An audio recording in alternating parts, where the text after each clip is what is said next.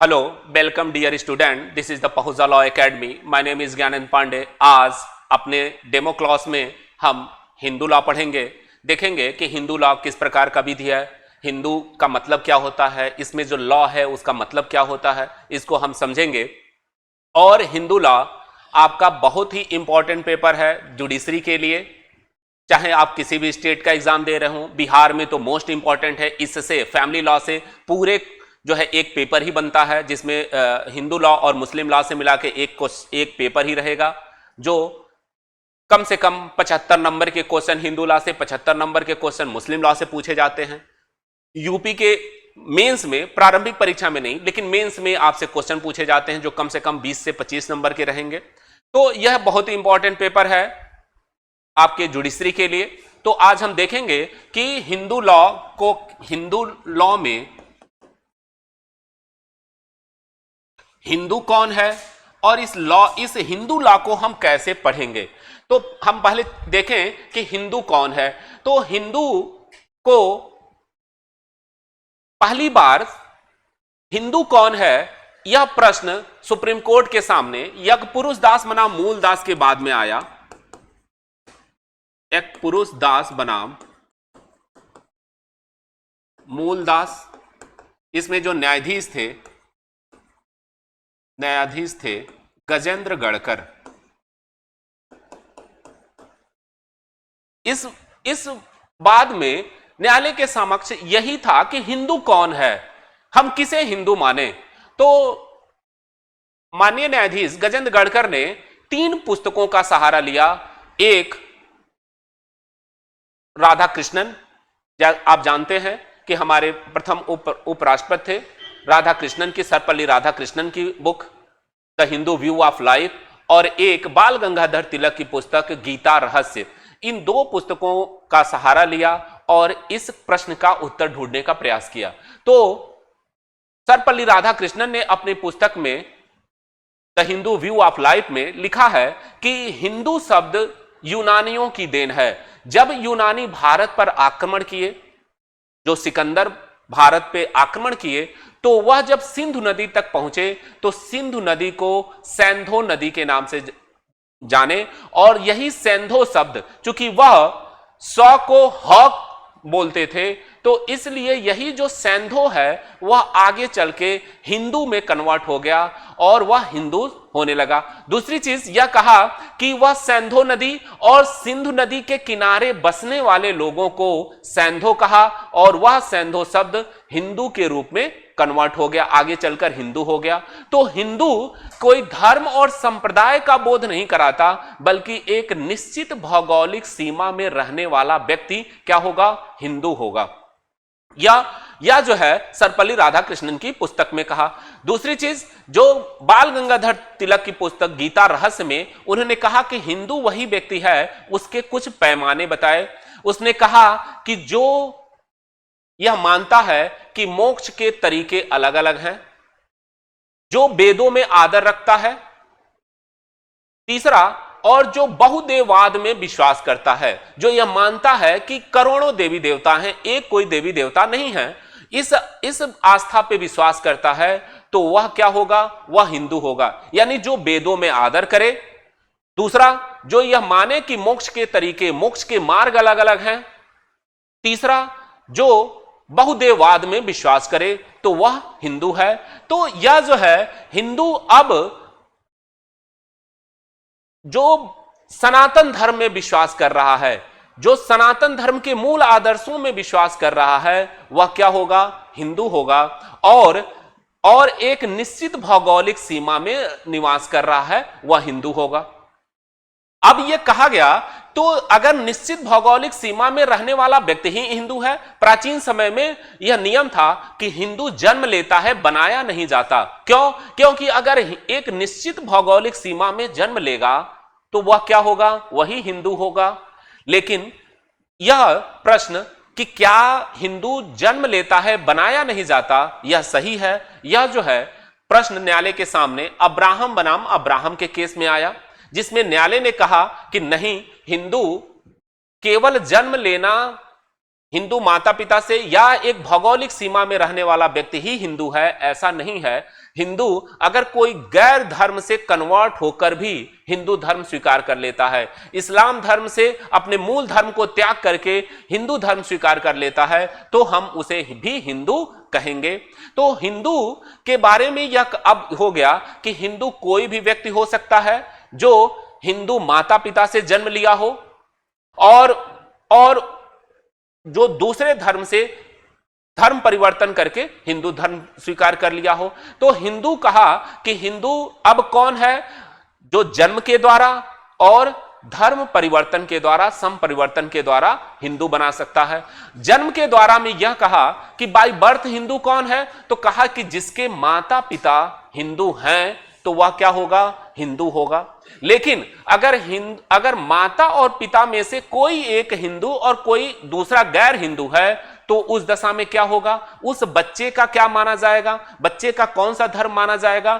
तो उस दशा में बहुत से केस आए जिसमें यह बताया गया, सुप्रीम कोर्ट ने बताया कि अब इस दशा में देखा जाएगा कि उसका पालन पोषण किस धर्म के आधार पर हुआ हो। अगर माता हिंदू है, पिता मुस्लिम है और बच्चे का पालन पोषण हिंदू रीति रिवाजों से हो रहा है तो वह हिंदू होगा। दूसरी चीज कि अगर प्रश्न उठा कि अगर मान लो कि कोई व्यक्ति जिसको पता ही ना हो कि वह उसके माता पिता किस धर्म के हो, या अगर वह नास्तिक है, किसी भी धर्म को नहीं मानता या सारे धर्मों में विश्वास करता है, तब वह क्या होगा? तो इस केस यह भी जो सुप्रीम कोर्ट ने राजकुमार बनाम बारबारा के केस में स्पष्ट कर दिया और कहा कि अगर किसी के भी धर्म के बारे में, किसी ऐसे बच्चे का जो सड़क पे पाया, जो अनाथ है, उसके मां बाप के धर्म का पता नहीं है, तो फिर वह कौन सा धर्म माना जाएगा? तो राजकुमार बनाम बारबारा के केस में सुप्रीम कोर्ट ने कहा कि अगर इस कंडीशन में वह व्यक्ति हिंदू माना जाएगा, क्योंकि वह हिंदू यहां रह रहा है, हिंदुस्तान में रह रहा है, तो वह अगर कोई भी धर्म नहीं है उसका तो वह हिंदू माना जाएगा। अब यह तो कंसेप्ट था, लेकिन जब हिंदू मैरिज एक्ट या हिंदू कोड बिल आ गया, हिंदू जो विधि थी, पर्सनल लॉ था, उसको कोडिफाई कर दिया गया और हिंदू पर्सनल लॉ आ गया, हिंदू मैरिज एक्ट आ गया, हिंदू एडॉप्शन एंड मेंटेनेंस आ गया या हिंदू सक्सेशन एक्ट आ गया। तो इन सेक्शन की धारा 2 में भी हिंदू को परिभाषित किया गया है, बताया गया है कि हिंदू कौन है। अब धारा 2 में यह कहा गया कि हिंदू जो है कौन होगा? अगर ये इसमें कहा कि कोई भी व्यक्ति हिंदू हो सकता है। अब ये हिंदू में कहा कि बौद्ध धर्म, सिख, यह जो क्या होंगे? हिंदू, बौद्ध, जैन और सिख, यह 4 लोग क्या होंगे? हिंदू माने जाएंगे। और इस चीज को केवल हिंदू मैरिज एक्ट नहीं कहा, बल्कि आप जब संविधान भी पढ़ोगे, अनुच्छेद 25 पढ़ोगे, तो अनुच्छेद 25 के प्रथम स्पष्टीकरण में भी इस चीज को बताया गया है कि हिंदू का जो निर्देश होगा, हिंदू का जो रेफरेंस होगा, वह हिंदू के अंतर्गत बौद्ध, जैन, सिख और हिंदू यह आते हैं। तो यह जो है इसमें कहा हिंदू अधिनियम मैरिज एक्ट की धारा 2 में यह बताया गया कि हिंदू कौन है। अब इसमें इसके कहा कि हिंदू के अंतर्गत अगर उसके उप संप्रदाय हैं, विरस्व, लिंगायत, ब्रह्म समाज, आर्य समाज के अनुयायी हैं, तो भी वह हिंदू होगा। और इनके जो माता पिता हैं किसी बालक के, जो उसके मां और बाप दोनों इन हिंदू, बौद्ध, जैन, सिख हैं या विरस्व, लिंगायत, ब्रह्म समाज, आर्य समाज के हैं, तो वह भी हिंदू होंगे। और अगर इनमें से कोई एक हिंदू है, हम धारा 2 की बात करते हैं, इनमें से कोई एक हिंदू है, तो इसका देखा जाएगा कि पालन पोषण किस धर्म के अंतर्गत हुआ है, और इसमें धर्मज और अधर्मज सारे बच्चे आते हैं हिंदू के संदर्भ में, उसके धर्म के संदर्भ में। तो हिंदू को अब क्लियर कर दिया कि हिंदू वह सारे व्यक्ति होंगे जो हिंदू माता पिता से जन्म लिए हों, या जिनका अगर माता पिता अलग हैं तो उनका जो है जन्म इस के हुआ और उसका पालन पोषण किस धर्म के आधार पे हो रहा है। अगर उन पे दोनों माता पिता का प्रभाव है तब भी वह, अगर वो नास्तिक है तब भी वह क्या माना जाएगा? हिंदू ही माना जाएगा। यह सुप्रीम कोर्ट ने क्लियर कर दिया। तो हम देख लिए कि हिंदू कौन है धारा 2 के तहत। दूसरा कहा कि अब ये लॉ का जो इसमें लॉ है, हम हिंदू लॉ को समझेंगे कैसे, हिंदू लॉ को पढ़ेंगे कैसे।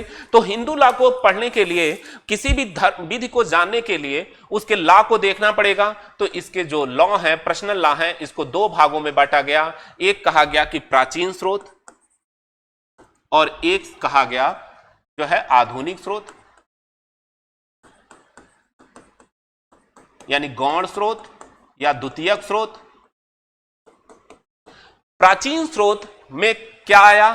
प्राचीन स्रोत में आया श्रुति, स्मृति, टीका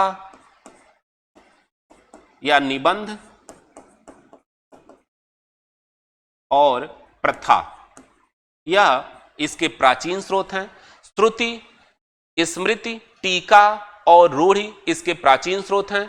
श्रुति जो है,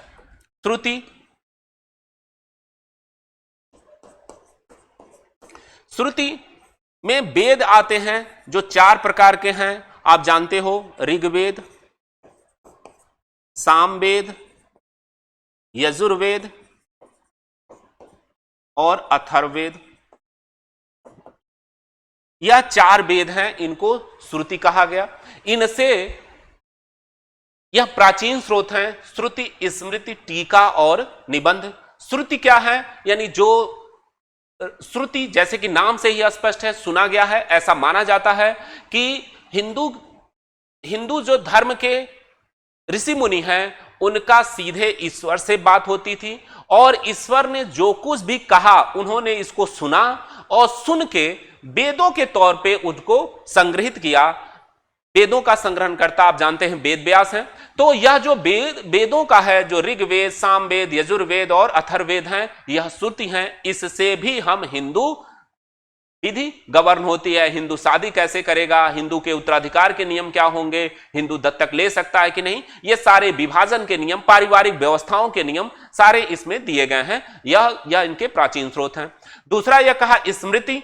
अब यह स्मृति का मतलब कि अगर सुनने के बाद, देववाणी सुनने के बाद भी ऋषि मुनियों के स्मृति पटल पर कुछ रह गया तो उसको उन्होंने क्या किया, संग्रह किया, तो वह स्मृति के रूप में आए। यह जो वेद है, श्रुति है, वह ईश्वर की हूबहू वाणी है और जो स्मृति है वह उनके याददाश्त पर हूबहू नहीं कर सकते, उसमें कुछ मॉडिफाई करके, लेकिन इसको भी हम ईश्वर की ही वाणी कहेंगे, लेकिन थोड़े मॉडिफाई करके। यह वेदों के बाद का जो है स्मृति है। और इसी स्मृति में धर्मसूत्र और धर्मशास्त्र, यह स्मृति 2 भागों में बढ़ जाती है, धर्मसूत्र और धर्मशास्त्र।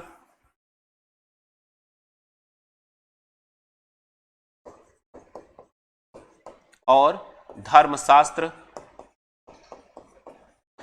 धर्मसूत्र और धर्मशास्त्र। तो धर्मशास्त्र में जो है कहा कि इस तरह के जो,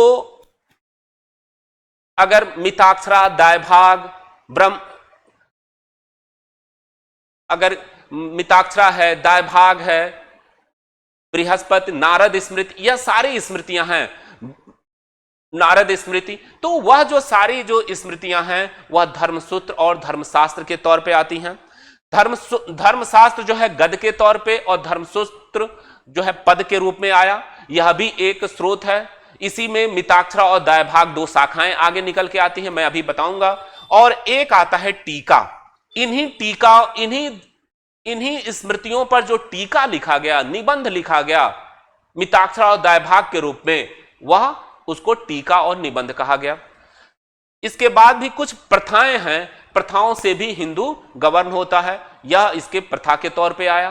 प्रथा जो आज भी चली आती है, जब हिंदू मैरिज एक्ट पढ़ोगे तो उसमें आज भी लिखा होगी अन्यथा प्रथा न हो। जैसे सपिंड में शादी हो रही है या प्रतिसिद्ध नातेदारी में हो तो कहा कि दोनों पक्षकारों के अनुसार अन्यथा प्रथा न हो।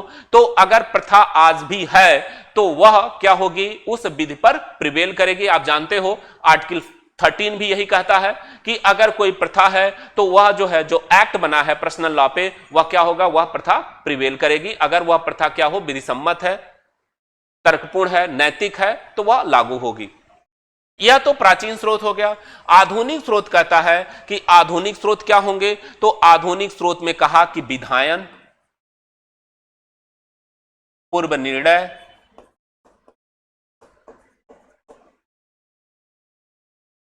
पूर्व निर्णय, और इसमें कहा कि साम्य और सद्विवेक,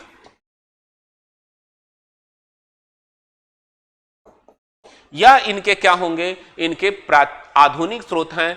अगर कोई एक्ट बन गया पार्लियामेंट के द्वारा, जैसे कि हिंदू मैरिज एक्ट कोडिफाई हो गया, तो अगर 1955 से पहले हिंदू इस ऐसे गवर्न होता था, 1955 के बाद इस प्रकार गवर्न होता है, तो अगर विधायन बन गया तो उस विधायन से हिंदू गवर्न होगा।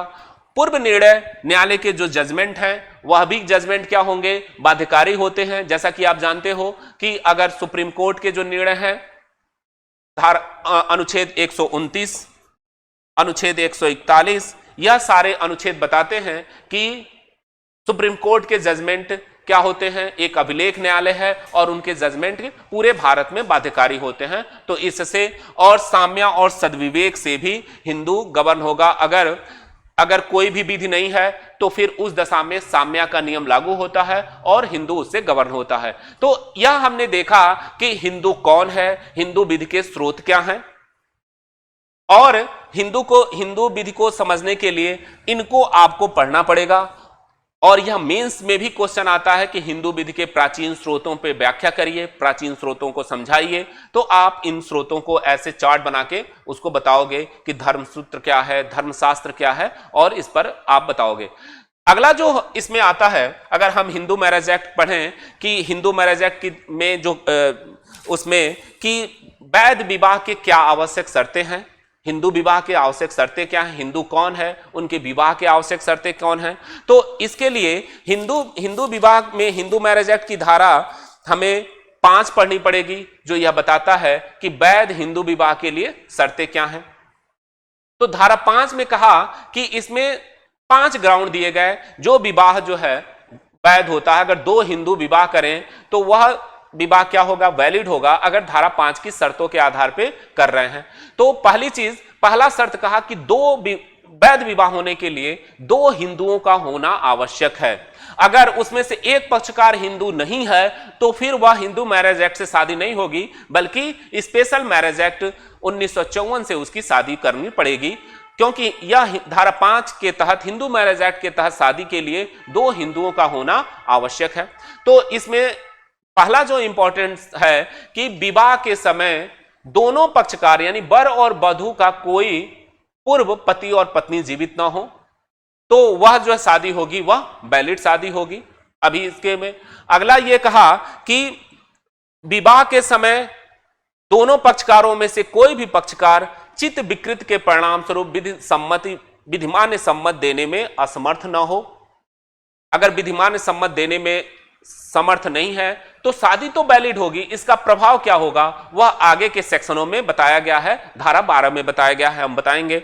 और इसका जो कहा कि वह विधिमान्य सम्मत देने के लिए तो सक्षम है, लेकिन वह विवाह के लिए अयोग्य हो, तो वह जो है संतान उत्पन्न करने के लिए अयोग्य है, तो वह विवाह भी वह धारा 5 के शर्तों के आधार पे नहीं होगी, और उसे उन्मुक्तता का दौरा न पड़ता हो।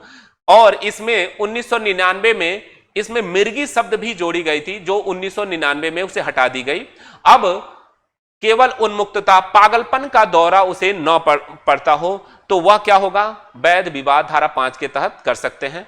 और इसका धारा 5 का जो तीसरा शर्त है वह कहा कि विवाह के समय वर की आयु 21 साल और वधू की आयु 18 साल से कम नहीं होनी चाहिए, यानी इतने साल तक ही होगा। अगर मान लो कि अगर इनके अंदर रहते हुए अगर 21 से कम लड़का है या 18 से कम लड़की है और शादी हो गई, तो उस शादी का प्रभाव क्या होगा, इसके लिए धारा 8 बताती है कि उसका प्रभाव क्या होगा।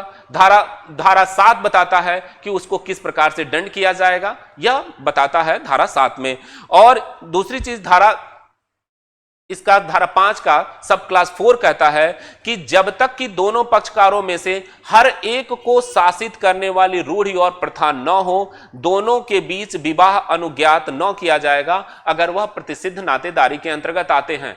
अगर जो धारा में बताया गया कि प्रतिसिद्ध नातेदारी के अंतर्गत, धारा 3 में बताया गया कि प्रतिसिद्ध नातेदारी कौन कौन सी होगी, अगर उनके अंतर्गत ये पक्षकार आते हैं तो फिर उनमें शादी नहीं होगी। यह इसका धारा 5 का सब क्लास 4 कहता है। और सब क्लास 5 कहता है कि अगर अन्यथा रूढ़ि और प्रथा न हो तो दोनों पक्षकारों में से कोई सपिंड रिलेशन में नहीं आना चाहिए, सपिंडा रिलेशन में नहीं आना चाहिए।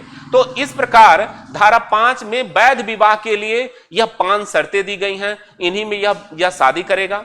अब अगर यह शादी इन शर्तों के उल्लंघन में होता है तो क्या होगा, तो इन शर्तों के उल्लंघन में अगर हुआ तो धारा 7 बताती है कि उसका क्या प्रभाव पड़ेगा। और धारा 11 और 12 बताती है कि अगर धारा 5 के सब क्लास 1, 4 और 5 यानी द्विविवाह में शादी हो गई, अगर विवाह के समय पति और पत्नी पहले से ही शादीशुदा हैं तो उस दशा में क्या होगा, और अगर प्रतिसिद्ध नातेदारी में शादी हो गई और अगला अगर सपिंड शादी हो गई तो क्या होगा, तो धारा 11 कहती है कि वह शादी शून्य हो जाएगी। और उसके जो बच्चे होंगे वह धर्मज होंगे, धारा 16 के थ्रू उनके प्रॉपर्टी में हिस्से पाएंगे, यह धारा 16 कहती है।